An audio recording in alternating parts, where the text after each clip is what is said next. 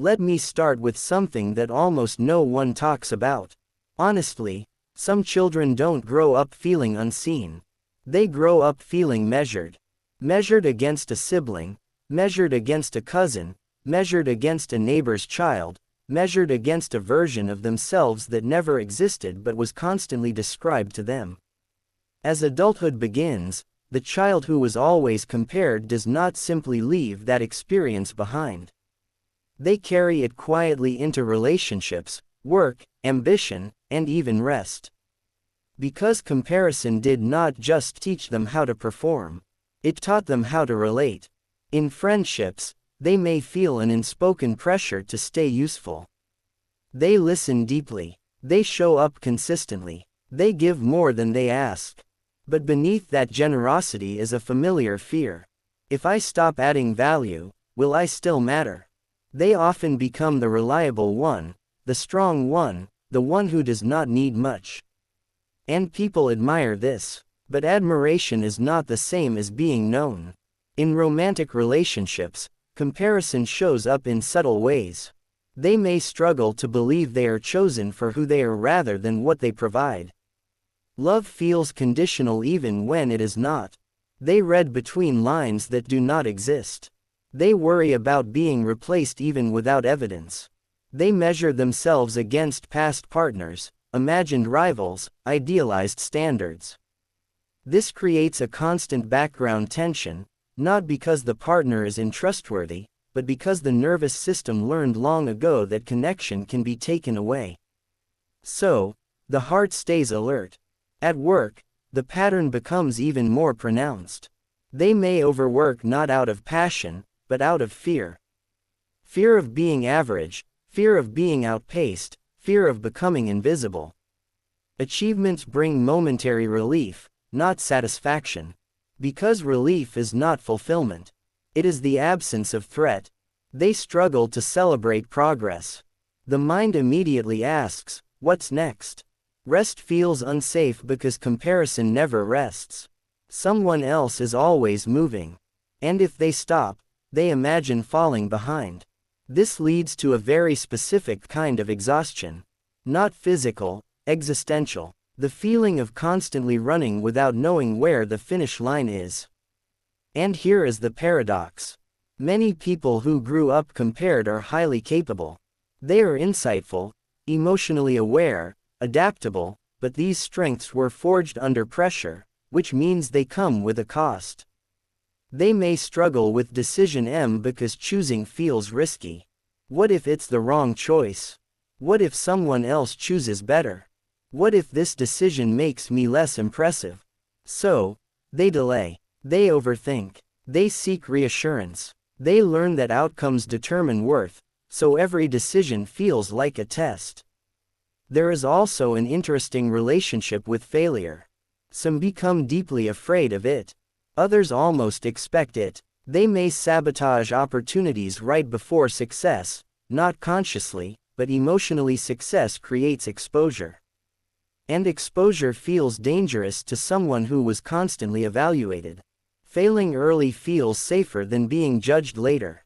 So they may pull back at the moment things begin to go well and then blame themselves for it. But this is not self-destruction. It is self-protection that never got updated. Another quiet effect of constant comparison is the loss of internal motivation. When a child grows up focused on outperforming others, they lose touch with intrinsic desire. They become skilled at doing what is rewarded, but not at identifying what they enjoy. So, as adults, they may feel directionless. They may succeed in a path they did not choose. They may look accomplished and still feel empty because fulfillment requires alignment. And alignment requires self-connection, which comparison disrupts. The healing process begins not with confidence but with curiosity. Curiosity about your own internal experience. What do I actually like? What feels meaningful to me? What values feel steady even without applause? These questions can feel uncomfortable at first because for someone raised on comparison, silence feels unfamiliar. There is no scoreboard, no immediate feedback, just presence. But presence is where identity lives. Another crucial step is learning to recognize the old measuring reflex. That moment when you enter a room and immediately scan. Who is doing better? Who is more confident? Who has more status? This reflex is not a flaw. It is a learned pattern, and patterns can be observed without being obeyed. You can notice the comparison without following it. You can say this is an old habit and gently return to yourself. Comparison narrows attention. Self-awareness expands it. The body also plays a role in healing. Because comparison lives not just in thought but in tension. The shoulders that stay raised, the jaw that stays tight, the breath that stays shallow. These are signs of vigilance. Learning to relax is not laziness. It is relearning safety. This is why many people who are compared feel uncomfortable when things are calm. Calm feels unfamiliar. Chaos feels normal, but calm is where repair happens. Another important piece is redefining success, not as superiority, but as alignment. Success becomes doing work that feels meaningful, even if no one notices. Success becomes relationships that feel mutual, not performative. Success becomes rest without guilt. This redefinition is not easy because it goes against the conditioning, but it is necessary. There is also grief that emerges during healing. Grief for the version of you that never got to just be. The child who had to grow up too fast. The child who learned to earn love instead of receive it. This grief may come in waves. It may feel heavy, but it is part of integration. You are not becoming weaker. You are becoming whole. One of the most powerful moments in healing is when you stop asking, "Am I better than them?" and start asking, "Am I being honest with myself?" Because honesty builds self-trust, and self-trust is the opposite of comparison.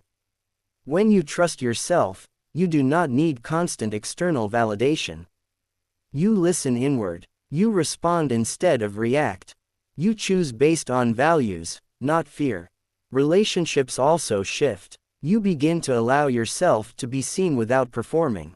You ask for help without feeling lesser. You set boundaries without explaining your worth. This may feel uncomfortable at first because you are stepping out of a familiar role, but over time it feels relieving because you are no longer acting. You are participating. It is also important to address self-compassion. Many people who are compared become harsh with themselves. They speak internally in ways they would never speak to someone they love. This voice is often inherited, not chosen.